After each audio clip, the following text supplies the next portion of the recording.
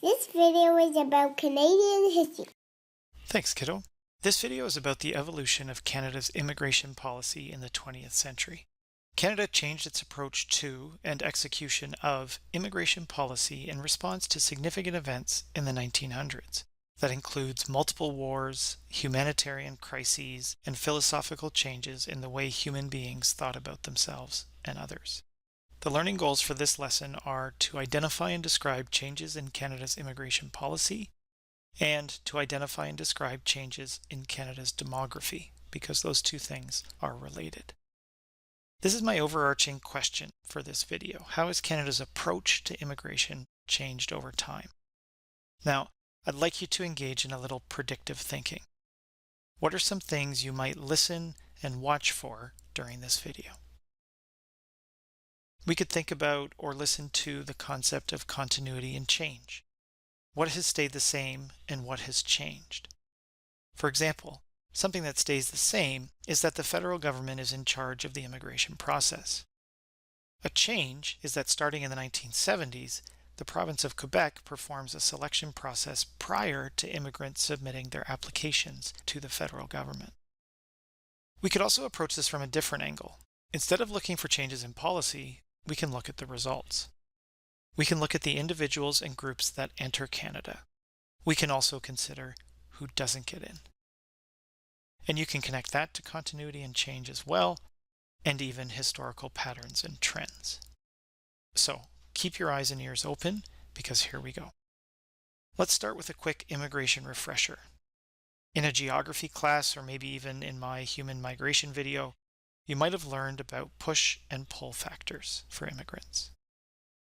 Push factors are conditions or situations that encourage people to leave the country or region they're in.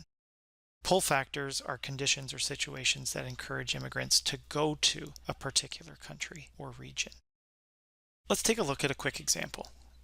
On this chart of trends in Canadian immigration, you can see that there are periods of higher and lower immigration. When historians look at information like this, they ask themselves, why were the immigration numbers as high or low as they were? And why were they that way at those particular points in time? The authors of this chart have indicated that the economy had a part to play. A strong Canadian economy may have been attractive to potential immigrants. It pulled immigrants towards Canada. However, a weak economy was not attractive to potential immigrants, so the numbers are lower. Take a moment and see if you can point out any patterns or trends in this data. Maybe pause the video for a moment. Okay, welcome back. I hope you found something. I'm just going to point out a couple things. When I look for a trend, generally speaking, what I see is an upward trend in the number of immigrants that Canada welcomes over time. The highs in the second half of the century are higher and more sustained than in the earlier part of the century. Admittedly, there is this chart-busting peak just before World War I, and a historian would want to check out the reasons for that. Actually, that makes this a good time to point out that immigration on a global scale changes after World War II for a number of reasons. Among those are the explosion in, and by explosion I mean growth, in commercial air travel, and also the tens of millions of refugees from the wars in the middle of the century. Also, we can account for this increase in immigration by considering Canada's immigration policy changes, and that's what we're going to do today. All of this helps us to account for the higher numbers in the second half of the 20th century. If I turn to patterns, one pattern you might have noticed is that immigration drops during times of conflict. Ironically and sadly, global conflict is a huge push factor for immigrants, but countries are focusing their energy and resources on the conflict, so they aren't that interested in welcoming new immigrants. That explains the second pattern, the post-war immigration booms. We see them after both World War I and World War II. One approach to looking at policy changes over time would be to start at 1900 and work our way forward. It's more helpful, though, I think, to divide Canada's immigration policy timeline into two parts. before the end of World War II, which is 1945, and after World War II. The reason for this is that one of the consequences of World War II is the creation of the United Nations, which was officially in October of 1945, and you can see their picture there. And the UN has an effect on the immigration policies of all its member nations.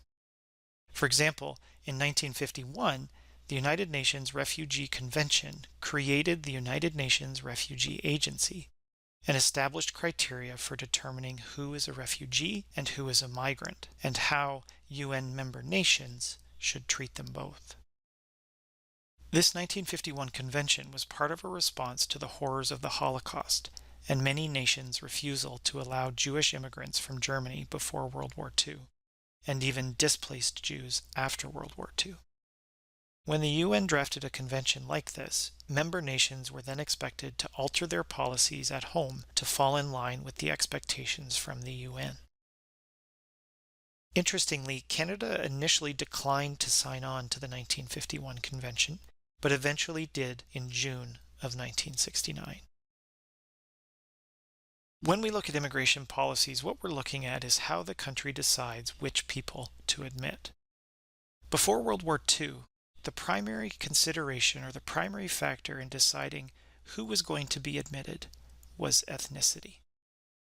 The government was not concerned with your skills or abilities. It was interested in what you looked like and what language you spoke. This race-based policy sought out English-speaking immigrants, preferably from the United Kingdom. In 1901, approximately 55%, over half of immigrants to Canada were from the UK. There was also preference given to Americans immigrating to Canada and to Nordic peoples from Norway, Sweden, and Finland. This latter group was the result of a racial prejudice against people of color. The big idea here is that in the early 1900s, the Canadian government was looking for preferably English-speaking people who could help populate and develop the prairies. And those people, as this promotional poster indicates, would be farmers, and they would be white. Canada's federal government was intent on growing its population, but only by drawing on people from certain parts of the world.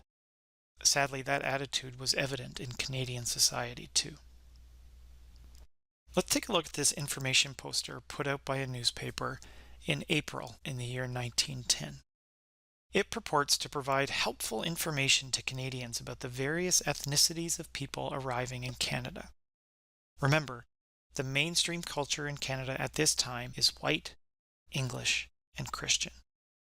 Please pause the video for a moment or two to read the descriptors and investigate the images. What do you notice? Okay, welcome back. I want to point out a couple of things here. First and foremost, this poster is a composite built and presented by one or more authors or creators. What we see here, like any modern media, is the result of deliberate choices. They chose these images and put them together in this specific way. The creators chose one person to represent an entire people, and they likely chose the one person that best represented the creator's own biases and prejudices. We can investigate this composition to unravel some of those biases and prejudices. With that in mind, I want to start with the female representations. Only 2 females are shown in this poster, which is an interesting choice right off the bat. We might ask ourselves, why only 2 females? And why these 2? We are shown a Hungarian and an Icelander. Interestingly, Iceland is the only group that has a male and a female represented on the poster. The female Icelander is dressed more finely with a hat and what looks like a fur scarf, more finely dressed than the Hungarian. The Hungarian female the creators chose appears to be larger than the Icelander. Indeed, she is presented as being larger than some of the males on the poster too. And the caption reads, "Best of physique and a good worker." By comparison, we have a slimmer Icelandic woman, and the descriptor she receives is, "She'll learn English in a month." So think about that for a second. A white English Christian Canadian sees this poster, and the perception, or dare I say bias, that they are encouraged to adopt is that Hungarian women are strong and that only makes them good for labor, in a factory or in a field. Then they are encouraged to see Icelandic women as smarter and easier to assimilate. What isn't said but is implied is that the Hungarian woman cannot learn English. What we're left with is the biases and prejudices of these creators being projected onto these immigrant peoples, and worse, promoted and reinforced in Canada's mainstream culture. The second thing I'll point out, because we could go on for quite a while if I let myself, is the clothing that these people are wearing. First off, not every American wears a suit and a hat, and not every Russian dresses so humbly. We must ask ourselves, what are the creators of this composite trying to communicate explicitly and implicitly? Are we being asked to adopt biases about the socioeconomic standing of certain groups of people? By that I mean, does this poster suggest that only certain people are capable of achieving higher socioeconomic standing? Maybe the bias is that only certain people should be allowed to achieve higher socioeconomic standing. For example, if I see a finely dressed Hungarian female walking down the street, does this composite make me suspicious of that person? If you remember what I said earlier about the countries Canada's government privileged with its immigration policy, then it isn't a surprise to us that the best dressed immigrants, the most positively portrayed immigrants in this composite, are from the UK, the United States, and Nordic countries. The last thing, I promise, I will encourage you to think carefully about is the captions themselves. Ask yourself, what are the creators trying to get me to think about each of these groups? Are these descriptors positive, negative, or neutral? And why do the descriptors focus on different things for different people? What is the implicit messaging there? Okay, honestly, I could go on for a long time about this composite, so I need to stop myself. The big idea here is that Canada's government and many of its people were focused on building a population in Canada that didn't threaten the dominance of white, English, Christian culture. Now, let's get back to Canada's immigration policy. Immigration policy isn't just about who the government wants to let in, it's also about who they want to keep out. Prior to the end of World War II, the Canadian government actively discouraged or attempted to bar immigrants from certain parts of the world. For example, from 1885 to 1923, the Canadian government tried to discourage Chinese immigrants from coming to Canada by using the Chinese head tax. The government's goal was to discourage Chinese immigrants from coming to Canada by charging them, actually, and only them, an additional fee. Immigrants from other countries didn't have to pay this additional fee. In 1885, the fee started at $50. When this fee did not discourage Chinese immigration enough or to the government's liking, the government raised the fee to $100 in 1900. In 1903, the fee was increased again to a dramatic $500, which was the equivalent of the purchase price of 2 Canadian homes at the time. The image here in the middle of the slide is a Chinese immigration certificate from 1919. You can see that the fee paid was $500. In 1923, Canada replaced the Chinese head tax with the Chinese Immigration Act, and that act virtually banned the entry of all Chinese immigrants to Canada. This made Chinese people the first group that the Canadian government restricted on the basis of race. Sadly, they would not be the last. In 1908, the Canadian government added the continuous passage regulation to its immigration legislation. It stated that immigrants would not be admitted to the country unless they had, quote, come to Canada by continuous journey from the country of which they are natives or citizens. Let's just take a moment to clarify what that meant. This piece of legislation said that any hopeful immigrant needed to make a non-stop trip to Canada. They could not stop anywhere else on the way. Basically, this forced every hopeful immigrant, except those from the United States, to arrive by boat. Only Americans could take a train or walk. Only Americans could take a train or walk because they were making a nonstop trip from their own country to Canada. Everyone else in the world would have to take a ship, and that ship could not stop anywhere along the way because that would violate this new regulation. The hopeful immigrant even needed to buy a ticket in their home country. This regulation dramatically affected two groups of immigrants, those from Japan and India. In the early 1900s, about 50% of Canada's Japanese immigrants arrived by ship that made a stopover in Hawaii because they were crossing the whole Atlantic Ocean. As of 1908, they were all ineligible for admission. Immigrants from India were another group that the Canadian government wanted to restrict. The government's administrative problem was that people in India were British subjects. As you can see here on this map of the British Empire in 1905, both Canada and India are members or part of the British Empire. So, Indian people shared the same legal rights as citizens of Canada, and as such should have been able to migrate freely within the British Empire. There was only one company that made this continuous journey between Canada and India, and it was called Canadian Pacific. Otherwise, prospective immigrants from India needed to book passage to one country or more before booking passage to Canada. Again, as of 1908, this new law said that those Indian immigrants who did not travel directly to Canada were no longer eligible. So the only option for a prospective Indian immigrant, who was, remember, a fellow British subject, was to buy a ticket in India for a Canadian Pacific ship. And then, once that law was in place, as if it weren't restrictive enough, the Canadian government prohibited Canadian Pacific from selling tickets in India for ships traveling between India and Canada. So first, the government forces potential immigrants onto only one pathway for immigration, and then it eliminates that single pathway. The continuous journey regulation and the racist attitudes of the Canadian government made it possible to reduce the number of Indian immigrants without violating their citizenship rights. Immigration from India dropped to almost nothing. These racist strategies, both the explicitly racist legislation and the constructively racist changes to the transportation industry, are typical of Canadian attitudes at this time towards people of color and foreign countries in which the largest population is not white.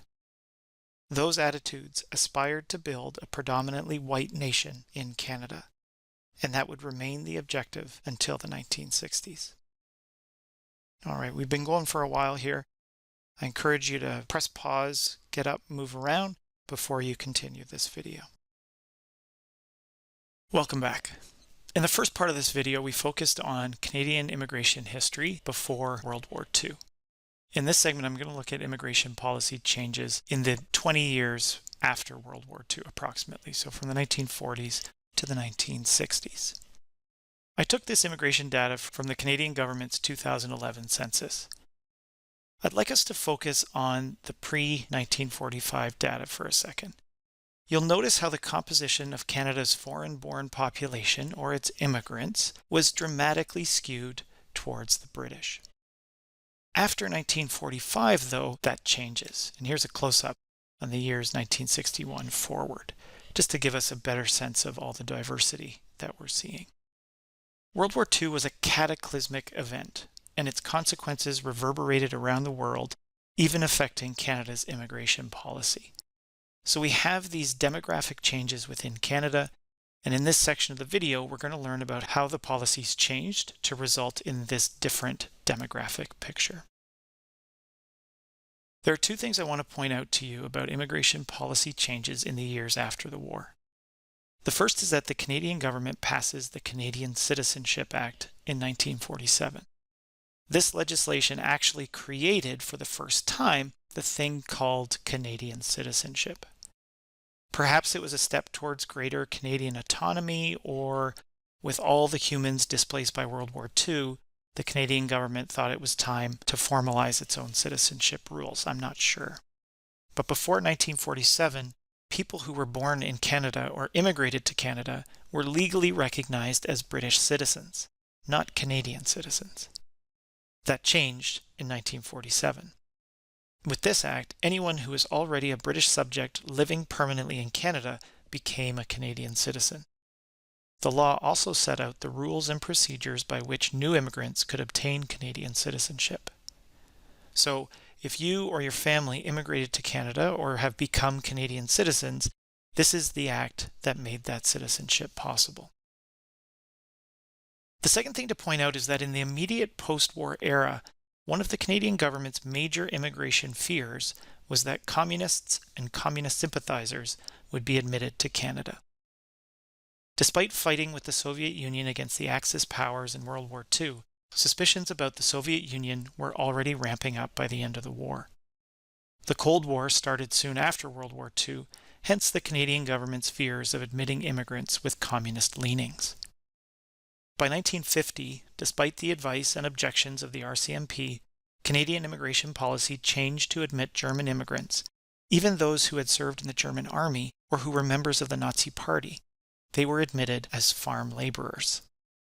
Canadian policy changed again to admit those who had supported or collaborated with Nazi Germany or its armed forces. Hopefully, you're asking why. The answer goes back to Canada's fear of communism, or in other words, extreme left-wing views and ideas. From 1950 to 1953, the Korean War was waging, and Canadian soldiers were part of the UN forces there. That is likely heightening tensions among immigration decision-makers. When considering whom to admit after World War II, the Canadian government's preference was for individuals who were probably going to be against the spread of those left-wing ideas. That meant former Nazi soldiers and party members were preferable to individuals who might be socialists or communists. As we move through the late 1950s, we begin to see some shifts in the nation's policies. We also see shifts in their attitudes and actions. There is a trend towards more open immigration with a focus on merit. That is, those who would make a positive contribution to the country. It's a slow go, and there's still work to do, as you will see. In 1962, regulations were introduced that eliminated overt racial discrimination from immigration policy. The main criterion for selecting immigrants was identified explicitly as a focus on skills. The Canadian government started making decisions based on which skills an immigrant brought with them. One of the motivations for this change was the 1960 passing of the Canadian Bill of Rights, the predecessor to the Charter of Rights and Freedoms. This bill, kind of like the UN's Universal Declaration of Human Rights, acknowledged that all human beings were entitled to equal rights. Things really started to open up after that. In 1966, a report recommended that the government create a system that did not, quote, involve discrimination by reason of race, color, or religion. Now, the focus on this video is on changes in policy, but I want to point out here that these policy changes were not just because the government officials woke up one day and said, oh my gosh, our policies are exclusive and racist. We need to change them. That didn't happen. Individual people spoke out, groups protested and advocated for these changes. It wasn't just a top-down government thing. In 1967, new regulations created a points system. To help decide which immigrants to admit and which to reject, the government created a set of criteria and assigned a point value to each one. If an applicant had enough points, they could be admitted to the country. Here's a screenshot from the Government of Canada's website today. You can see that the selection criteria and maximum point allowance per criterion. Today, if an applicant is awarded 67 of a possible 100 points, their name is put into a lottery. If their name is selected, then they are eligible for immigration to Canada. By shifting the policies to this point system, the intention was for the Canadian government to have a less discriminatory immigration process. And then, like I mentioned way back at the beginning, in 1969, Canada officially recognized the United Nations Refugee Convention, that one from way back in 1951. Finally, the Canadian government adopted the UN's definition of a refugee and put into law the government's responsibility for those who met the definition. And that brings us to the end of section 2. Again, I'd like you to pause here. When you come back, we'll focus on modern-day immigration policy. Welcome back. In the last section, I talked about two major post-World War II developments in Canadian immigration history. Those two developments, the point system and recognizing refugees, is a good way to introduce the three categories or classes of immigrants that Canada considers welcoming each year: the economic class, the social class, and the humanitarian class. The first is the startup class. These are individuals who are financially independent and who, when they enter the country, will act as investors in existing Canadian businesses. The second group is the self-employed class, and these are individuals who are also financially independent, but their plan when they enter the country is to start their own business and create jobs for others. Our third group in the economic class is the skilled worker class. These are individuals who have a particular skill that the Canadian government is looking for to contribute to the country's economy. Some examples are engineers, business executives, doctors, nurses, and medical technicians. People with training and experience in these areas are fast-tracked through the system because they can contribute positively and immediately to Canada's economy. I just want to point out one thing, a little bit of controversy with the skilled workers class is the question of education or training. Canada has agreements with different countries around the world recognizing the standards of their post-secondary education institutions. Some people come to Canada with education in their home country, but Canada doesn't yet recognize that level of education, and so the skilled worker needs to take a certification training course or some other program in Canada before they're able to take a job. As you've probably realized, immigrants in this class are those who will contribute positively to the economy by spending money, creating jobs, or filling high-need vacancies. Those are the priorities of the Canadian government. These are not people who the government worries will need social assistance as soon as they arrive. These economic immigrants, or these economic class immigrants rather, are already wealthy enough or skilled enough to make a living for themselves. Our second major class is the social class, which I've renamed family class here.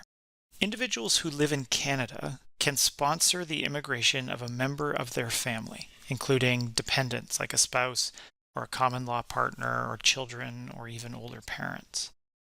The Canadian sponsor must commit to the financial support of their dependents for up to 10 years. At this point, I'm hoping you're noticing a financial bias or an economic bias in the Canadian government's immigration policy. Again, this makes immigration harder or easier depending on where in the world you're coming from. Our last class is the humanitarian class, which I've renamed here refugee or asylum class. Individuals in this category are those with a well-founded fear of persecution, including the threat of death based on their identity or beliefs. I'd like to take a couple minutes to look a little more closely at the first class, economic class, and the last class, refugee asylum class. I want to focus within economic class, I want to focus on two of these groups. I want to focus on self-employed and the skilled workers. And I'd like to look at them because they give us some clues about continuity and change in Canada's immigration policy. On the change side, we have this fancy new point system. There are specific criteria that are used by immigration officials to make decisions. Immigration criteria and decisions are no longer as explicitly racist or, if we're a little more generous, prejudicial. In 1910, the Immigration Act said, among other things, that Canada didn't want people who they expected would move into urban centers. In 1952, it said Canada could reject immigration applicants who were not climactically suited to life in Canada, which kind of sounds like a made-up reason to reject applicants from Africa, South America, and Asia. Then, in 1976, the law is changed to explicitly state that Canada won't discriminate. With this stated change to their approach to immigration, it draws our attention to these economic subclasses. self-employed, and skilled workers.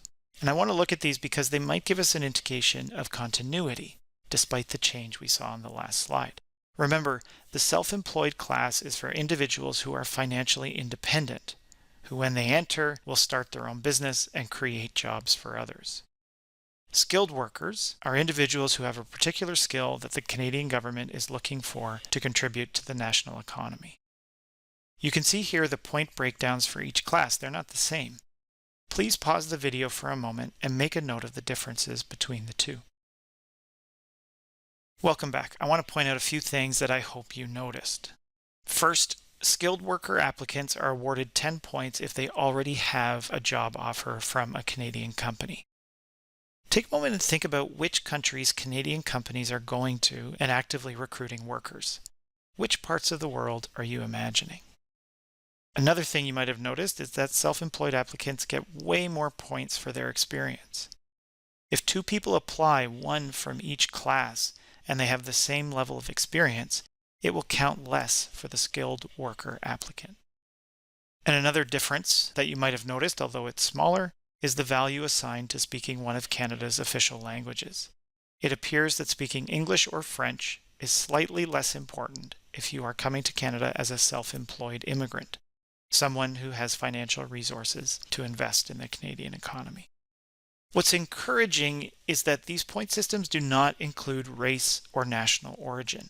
However, the reality is that the point system's criteria are such that it is easier to earn higher points if you are from a more developed country.